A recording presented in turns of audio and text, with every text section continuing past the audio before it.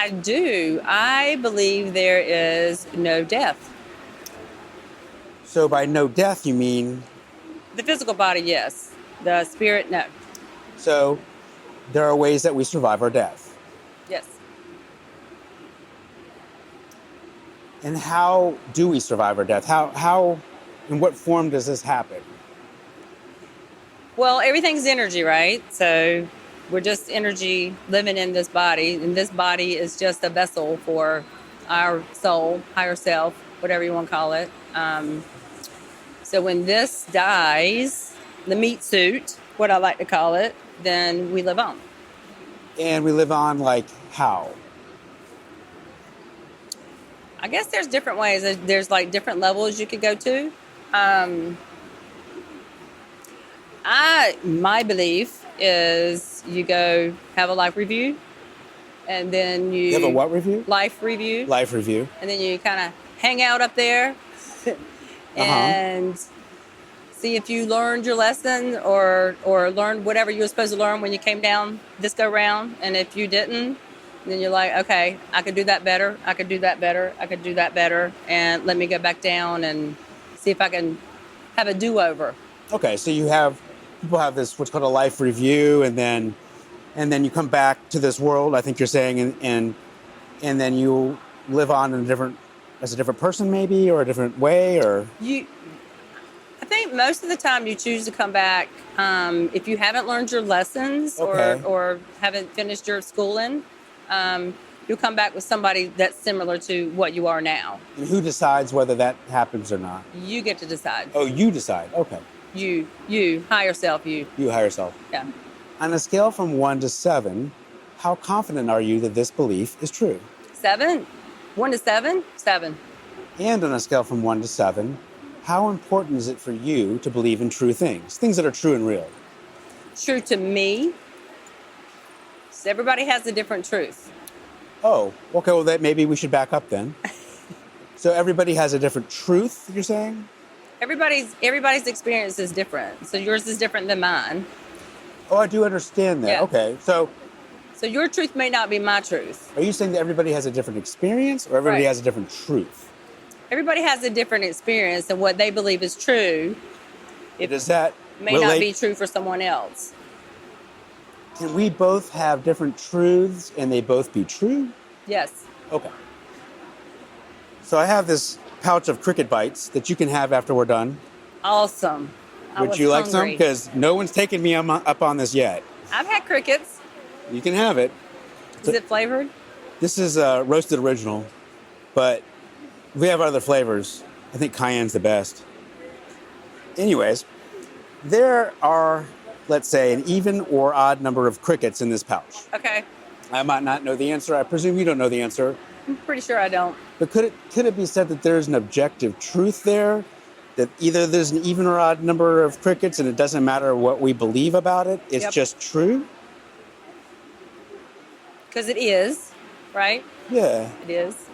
In the case of your belief, could we say that your belief, and I don't pretend to have the answer, but either we live on and we come back and as a different person, can we say that either that is something that's objectively true or something that's not objectively true, and it doesn't matter what we believe about it, either it's true or not true?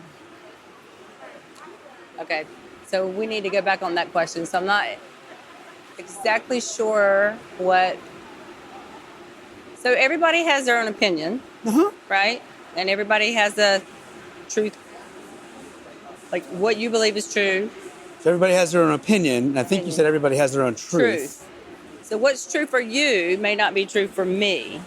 Can I believe that there's an even number of crickets?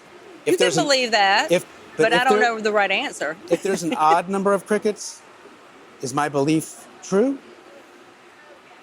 Until you're proven differently, I would say yes. I'm trying to understand. I'm trying to follow you. Until I'm proven differently. By counting the actual crickets, then you will know. So it's experiential, Yeah. right? It's experiential. So your truth's going to be experiential for you. Does me counting the number of crickets in this pouch, does this change the number of crickets in this pouch? No. So could it be said then that there's an even or odd number of crickets in this pouch and it doesn't matter whether I count it or not? Yeah. With your belief, let's say Tanya is sitting next to you, Okay. and Tanya, for whatever reason, doesn't believe what you believe. She doesn't believe the belief. Right. And I have no dog in the fight. I just want to believe what's true. If your belief is true, I'd like to believe that. If her belief is true, I'd rather believe that. I want to believe in something that's true. Hearing you and Tanya discuss your beliefs, is there any way I could find that out? Like, what is objectively true? So again, it's not my job to convince anybody of Sure. anything. Yeah. But when you listen to different opinions, you take what resonates with you, Yeah. and what's true for you ends up being your truth. So if Tanya and I have this discussion and neither one of these things ring true to you, then it's not your truth. Yeah, I'm still a little confused. Sorry. It's getting later in the day. I'm trying to if it's my personal truth, true to me, that there are an odd number of crickets in this pouch. How does that make it true if there's an even number of crickets in this pouch? Now, that I do not know the answer to. Fair enough. So are we saying that we can have beliefs that we believe are true that might not be true? Yes. Absolutely. So I know you believe your belief from 1 to 7 Right. at a 7. Right. You're confident at a 7. I know 7 is about as high as you can go. But if we could even get you higher on that scale, like 7.5, how could Or we do 10. that? How could we get you higher, more I've confident in that I've belief? experienced it, so it's experiential for me. So I've left my body, met whatever you want to call it, that up there. So I know for me, I know that that's true.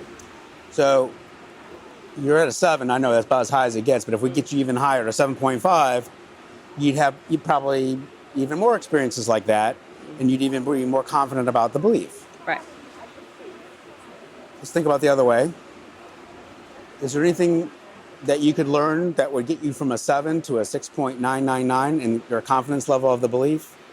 No? No, because I've experienced it. I think maybe if I hadn't had the experience, because Yeah. everything's experiential.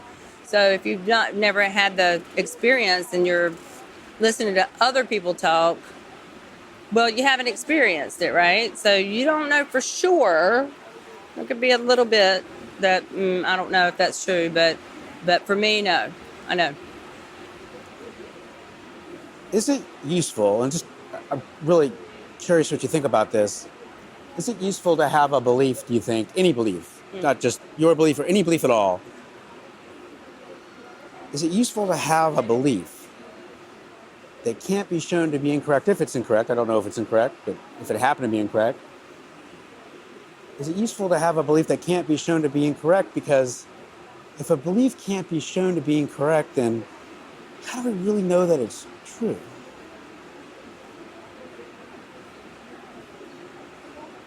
Well, I guess it depends on the belief.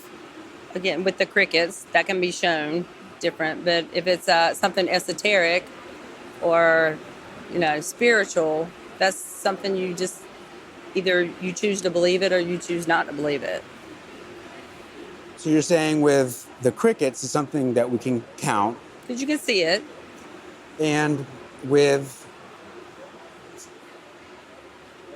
something that's spiritual, it's something that we can't count.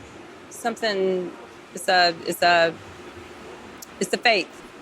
And what do we mean by faith? Faith is believing in something you can't see. So faith is believing in something that we can't see or we can't know. You can feel.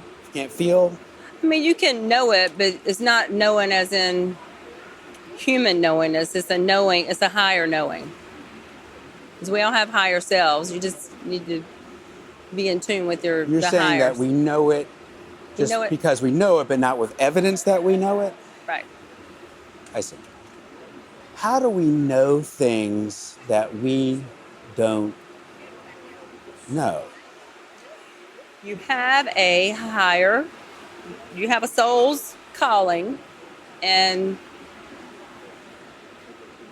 as you become more in tune, meditation, different spiritual practices, you become more in tune with what your soul's calling you to do. So you have to be still and be quiet, which is very hard for most people, me included. And if Sarah doesn't know that, and she's sitting next to you and Sarah doesn't know that,